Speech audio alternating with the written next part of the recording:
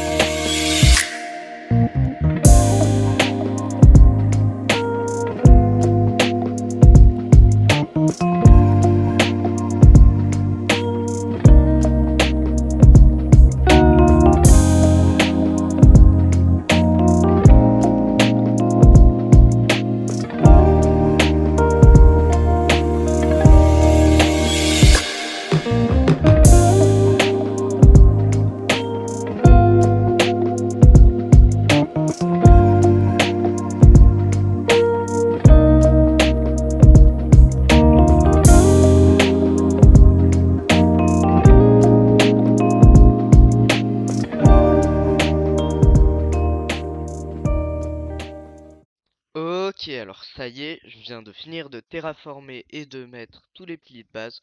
On va maintenant les élever de 3 blocs de haut, donc à 4 blocs. On va faire ça pour tous les piliers, parce que, pourquoi 4 blocs? Et bah tout simplement parce que, en fait, il y aura deux blocs pour le joueur au niveau des murs, un bloc en plus pour le toit, et j'aimerais surélever les piliers par rapport au toit, qui sera un toit plat cette fois, et donc faire 4 blocs. Alors je vais aussi rajouter un peu de terre là pour que ça paraisse plus naturel, là, hop.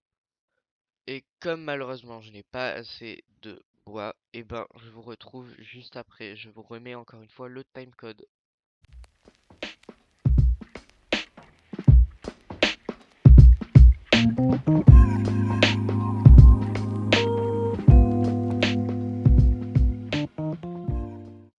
Ok, alors ça y est, j'ai récupéré assez de bûches. Je vais donc maintenant terminer de faire le tour. Et ensuite, eh ben, je vais m'attaquer aux murs qui, comme je l'ai dit, seront quant à eux en planches de chêne. Donc, voilà. Hop. Oui, le sol seront en planches de bouleau parce que c'est un des bois les plus clairs, hormis le nouveau qui sortira dans la mise à jour, il me semble. C'est le bois le plus clair. Et donc, qui sera en contraste avec des planches de sapin pour rappeler la couleur des bûches. Cependant, comme je suis pas sûr, je vais quand même tenter aussi des murs en sapin parce que on ne sait jamais, on peut toujours essayer de voir à quoi ça ressemble. Pourquoi rester sur une idée quand on peut en avoir plusieurs? Alors, donc voilà, j'ai mes planches de sapin et je vous propose d'aller tester. Du coup, on va faire une fenêtre, même si je vais pas le garder. Si je fais une fenêtre, c'est juste parce qu'il me manque une planche. Donc voilà, on fait comme ça. On met les deux au-dessus et on cassera celui du milieu pour le mettre en haut. Donc voilà, on obtient notre petite fenêtre. Euh, Cependant, vu qu'il y aura les villageois à l'intérieur et que j'ai pas envie qu'ils se prennent des flèches d'archers, je ferai pas de fenêtre, juste une porte. Voilà. Alors, donc, on va venir récolter des bûches et je vous remets un taille code dès que ce sera bon.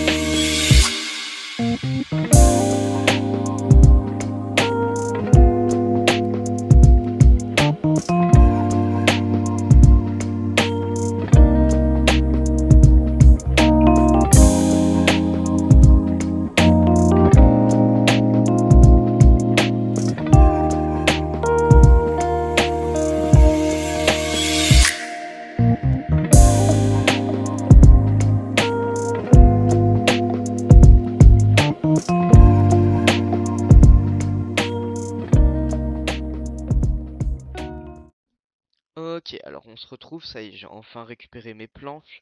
Et donc, je vais venir, comme je vous l'avais dit plus tôt, comparer les deux types de planches en faisant une fenêtre et une porte. Et comme vous l'avez vu, le premier est beaucoup plus clair et fait un bien meilleur contraste. Comme je l'avais dit, il n'y aura pas d'ouverture afin d'éviter que les villageois meurent bêtement, ce qui arrive souvent, parce que, en particulier pour les libraires, ils ont des échanges rares comme par exemple le livre Raccommodage, Mending en anglais, qui est plutôt important à mon goût, et que si jamais il vient à mourir, je serais un petit peu dégoûté. Donc je vous remets encore une fois, oui ça fait un peu beaucoup, un timecode, et on se retrouve juste après.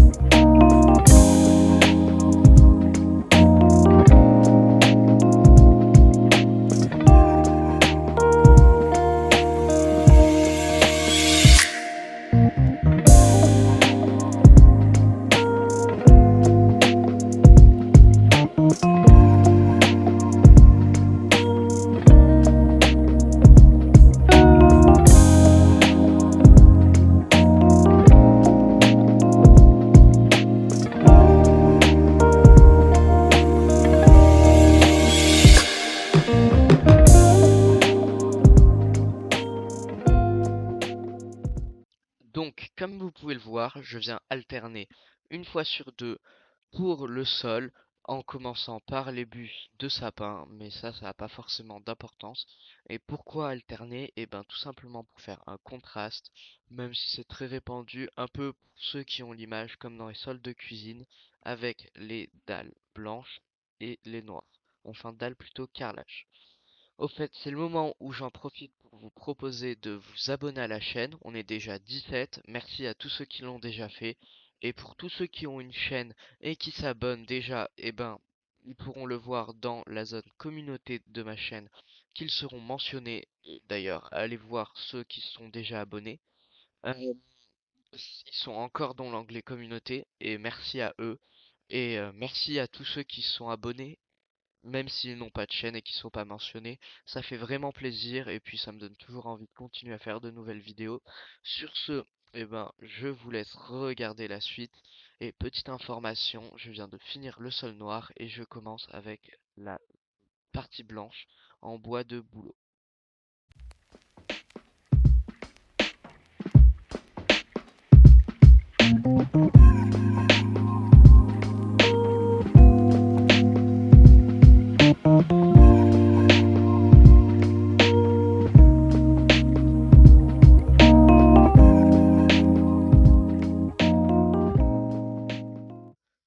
Ok, alors ça y est, j'ai enfin terminé pour le bois de bouleau. Il va maintenant falloir faire une porte et les meilleures à mon goût sont celles en chêne. Je vais aussi mettre du relief en faisant un escalier au-dessus de la porte et pourquoi pas aussi un peu à l'intérieur. Pour ça, on va se munir de notre meilleure table de craft qu'on va venir poser à côté de la porte.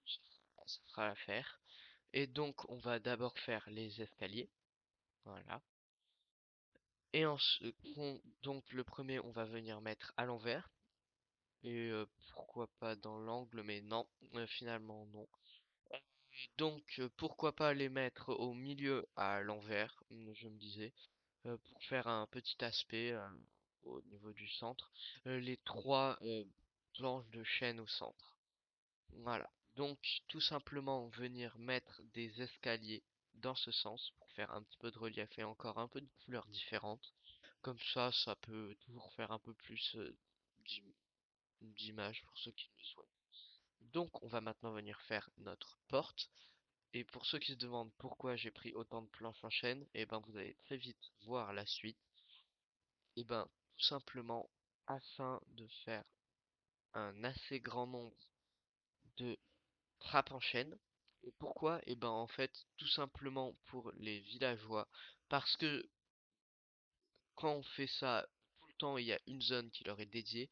Et moi, leur petit espace personnel de un bloc de large, comme toujours, qui fait plus. Euh, c'est inutile plus, hein, enfin c'est une exploitation à l'origine, donc il n'y a pas besoin de plus. Et donc, comme je le disais, oui, euh, et ben cet espace de un bloc de large, et ben je vais venir le leur faire en trappe, euh, afin qu'ils prennent le moins de place possible et qu'il y ait quand même un petit peu d'esthétique pour les séparer. Donc, je vous promets, c'est le dernier, mais vous mets un timecode pour ceux qui ont la flemme de me regarder mettre des trappes pendant plusieurs minutes.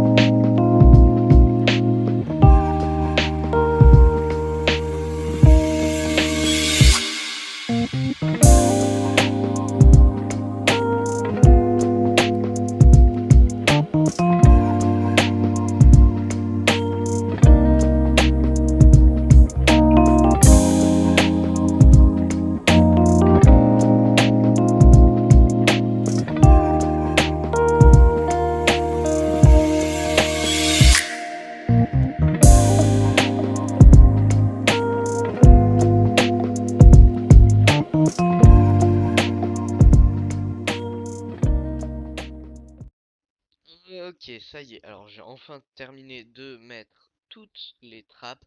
Bon, le petit trou que vous voyez, c'est à cause d'un creeper. Et donc, à l'avant, dans les angles, je compte mettre des blocs en bois. Mais il va falloir faire un trou en dessous pour pouvoir poser leur zone de travail, comme ceci. Et pour les trappes qui ne sont pas dans les angles, eh ben, je compte tout simplement mettre des trappes devant aussi également. Alors, on va déjà faire des fletchers ou enfin tous ceux qui travaillent le bois, l'équivalent de bûcherons un peu, on va dire, qui nous échangeront des bâtons contre des émeraudes et c'est ça qui nous intéresse parce que le bois c'est plutôt facile à farmer. Donc j'en ai fait 4, ce sera largement suffisant je pense. Euh, les bibliothèques que j'aurai en rab, et ben tout simplement parce que oui je veux faire des libraires également. Les bibliothèques que j'aurai en rab, pourquoi pas venir les mettre chez moi, oui, pour compléter ma table d'enchantement et après on verra pour le reste s'il y en a encore en trop. Donc on va venir faire beaucoup de dalles parce que c'est ce qu'il faut pour les ah j'ai perdu le nom, désolé. Pour les libraires, voilà. Donc oui, il en faut 5. Quoique, non, plutôt 4. J'en ai fait un en trop. Parce que je compte aussi me faire un fermier pour les échanges en nourriture. Mais comme vous pouvez le voir là, c'est pas beau vu qu'on voit la terre derrière. Et ben, je vais tout simplement venir mettre des bûches de sapin ou de bouleau en fonction. Voilà. Donc, comme je l'ai dit, il y en aura 4 et non 5. Au centre, ce sera également un d'entre eux, puisque à mon goût, c'est un peu le métier le plus important pour un villageois dans Minecraft. Euh, Autant un peu leur aménager leur espace en faisant en sorte qu'il n'y ait pas de la terre derrière, parce que c'est plutôt moche. Donc, on va venir poser les blocs qui leur permettront d'obtenir leur travail, puisque c'est comme ça qu'un villageois fonctionne. Euh, qui ici en anglais se dit lectern pour ce bloc. On va donc aussi venir faire notre fermier, donc il nous faut encore des dalles. Voilà. Alors pour faire le fermier, c'est plutôt simple. Il suffit juste de venir placer des blocs, des dalles tout autour, sauf en haut et au centre, et vous obtenez donc un composteur. Le problème, c'est que comme vous pouvez le voir, les villageois peuvent tomber dedans, mais ce sera pas bien dérangeant parce que, je vais venir mettre une trappe par-dessus pour pas qu'ils tombent, tout simplement. Je pense pas avoir besoin de le faire pour les autres, parce que ce sera suffisant. Et au fait, pour ceux qui ne le savaient pas, si on peut rentrer dans moins d'un bloc, c'est normal, c'est parce que Steve fait 1,8 blocs de haut, tout simplement. Contrairement à certains mobs comme les squelettes et les zombies qui font complètement un bloc, et donc qui ne peuvent pas passer dans ces zones. Je ne pense pas, oui, qu'il y en ait besoin, donc je vais la laisser pour celle-là, mais j'en mettrai pas pour les autres. Donc ouais voilà, enfin la suite du coup c'est que je vais tenter d'aller récupérer les villageois et je vous retrouve juste après. Ok, alors ça y est, donc comme vous pouvez le voir, j'ai réparé le toit et on a nos petits villageois. Alors si ils me mettent des échanges plus chers, c'est normal, c'est que malheureusement sans faire exprès j'ai tué un des leurs en tentant de le protéger d'un zombie qui se faisait attaquer et je l'ai tué. Mais du coup on a Infinity, pour avoir des flèches à l'infini. On a raccommodage, euh, on a tranchant, on a efficacité, et ensuite on a les fletchers. Voilà. Qui nous permettront quant à eux de nous faire les émeraudes, alors que les autres nous les feront dépenser malheureusement. Et donc, petite surprise pour ceux qui attendent à la fin au niveau de la maison. Donc, alors comme vous pouvez le voir, il y a le lectern ici. Et quand on monte, on a tous les coffres. Voilà. Donc, il fallait que je trouve des endroits où ranger mon stuff. Et donc, voilà, c'est fait. Je pense qu'il y en a assez.